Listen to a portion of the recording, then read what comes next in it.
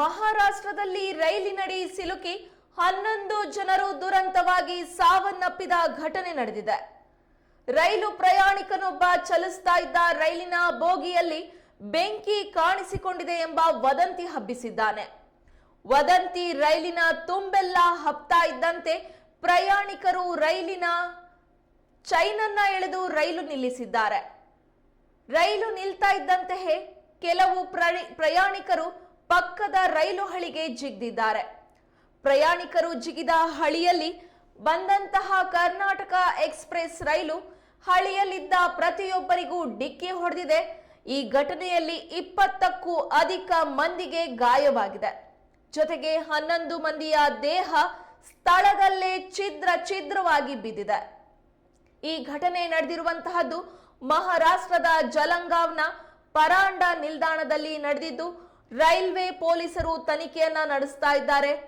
ಸಾವಿಗೀಡಾದ ಪ್ರಯಾಣಿಕರ ರೈಲು ಲಕ್ನೋದಿಂದ ಮುಂಬೈಗೆ ತೆರಳುತ್ತಾ ಇದ್ದ ಪುಷ್ಪಕ್ ಎಕ್ಸ್‌ಪ್ರೆಸ್ ಎಂದು ತಿಳಿದು ಬಂದಿದೆ.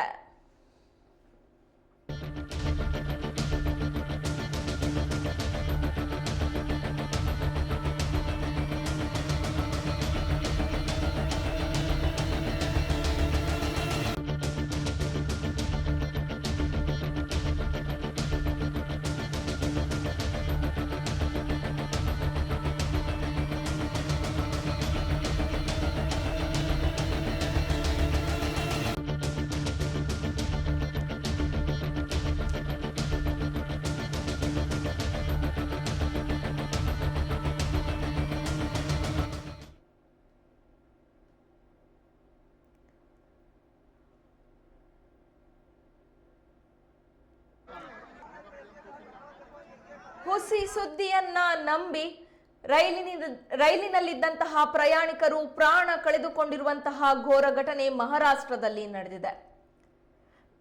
ಬೋಗಿಯೊಂದರಲ್ಲಿ ಬೆಂಕಿ ಹತ್ತಿಕೊಟ್ಟಿದೆ ಎಂದು ಪ್ರಯಾಣಿಕನೊಬ್ಬ ಹೇಳ್ತಾ ಇದ್ದಂತೆಯೇ ಎಲ್ಲರೂ ಗಾಬರಿಗೊಂಡಿದ್ದಾರೆ. ಈ ಒಂದು ವಿಚಾರ ರೈಲಿನಲ್ಲಿರುವಂತಹ ಪ್ರತಿಯೊಬ್ಬ ಪ್ರಯಾಣಿಕರಿಗೂ ಕೂಡ ತಲುಪಿದೆ. ಇನ್ನೋರ್ವ ಪ್ರಯಾಣಿಕ ರೈಲಿನ ಚೈನ್ ಅನ್ನ ಎಳೆದು ರೈಲನ್ನ ನಿಲ್ಲಿಸಿದ್ದಾನೆ. ವಿಷಯ ತಿಳಿತಾ ಇದ್ದಂತೆಯೇ ರೈಲು ಪ್ರಯಾಣಿಕರು ಪಕ್ಕದಲ್ಲಿದ್ದಂತಹ ರೈಲು ಹಳಿಗೆ ಹಾರಿದ್ದಾರೆ. ಎದುರಿನಿಂದ ಬರ್ತಾ ಇದ್ದಂತಹ ಮತ್ತೊಂದು ರೈಲು, ಕರ್ನಾಟಕ ಎಕ್ಸ್‌ಪ್ರೆಸ್ ರೈಲು ದೌಡಾಯಿಸಿ ಬಂದಂತಹ ಸಂದರ್ಭದಲ್ಲಿ ಹಳಿಯಲ್ಲಿದ್ದ ಪ್ರತಿಯೊಬ್ಬರಿಗೂ ಕೂಡ ಡಿಕ್ಕಿ ಹೊಡೆದಿದೆ. ಈ ಘಟನೆಯಲ್ಲಿ 20ಕ್ಕೂ ಅಧಿಕ ಮಂದಿಗೆ ಗಾಯವಾಗಿದೆ. ಮತ್ತೊಂದು ನೋವಿನಕರ ಸಂಗತಿ ಅಂದ್ರೆ ಈ ಒಂದು ದುರ್ಘಟನೆಯಲ್ಲಿ 11 ಮಂದಿಯ ದೇಹ ಸ್ಥಳದಲ್ಲೇ ಛಿದ್ರವಾಗಿ ಬಿದ್ದಿದೆ. ಈ ಘಟನೆ ನಡೆದಿರುವಂತಹದ್ದು ಮಹಾರಾಷ್ಟ್ರದ ಜಲಗಾಂವ್ನ ಪರಾಂಡಾ ನಿಲ್ದಾಣದಲ್ಲಿ.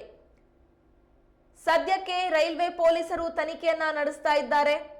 ಸಾವಿಗೀಡಾದಂತಹ ಪ್ರಯಾಣಿಕರ ರೈಲು ಲಕ್ನೋದಿಂದ ಮುಂಬೈಗೆ ತೆರಳುತ್ತಾ ಇತ್ತು. ಇದು ಪುಷ್ಪಕ್ ಎಕ್ಸ್‌ಪ್ರೆಸ್ ಟ್ರೈನ್ ಅಂತ ಹೇಳಿ ತಿಳಿದು ಬಂದಿದೆ. ಈ ರೀತಿ ರೈಲಿನಲ್ಲಿ ಚಲಿಸ್ತಾ ಇದ್ದಂತಹ ಪ್ರಯಾಣಿಕನೊಬ್ಬ ಹಬ್ಬಿಸಿದಂತಹ ಸುಳ್ಳು ಸುದ್ದಿಯಿಂದಾಗಿ ಬೇರೆ ಪ್ರಯಾಣಿಕರು ಪ್ರಾಣ ಕಳೆದುಕೊಂಡಿರುವಂತಹ ಘಟನೆ ಮಹಾರಾಷ್ಟ್ರದ ಜಲಗಾಂವ್ನಲ್ಲಿ ನಡೆದಿದೆ.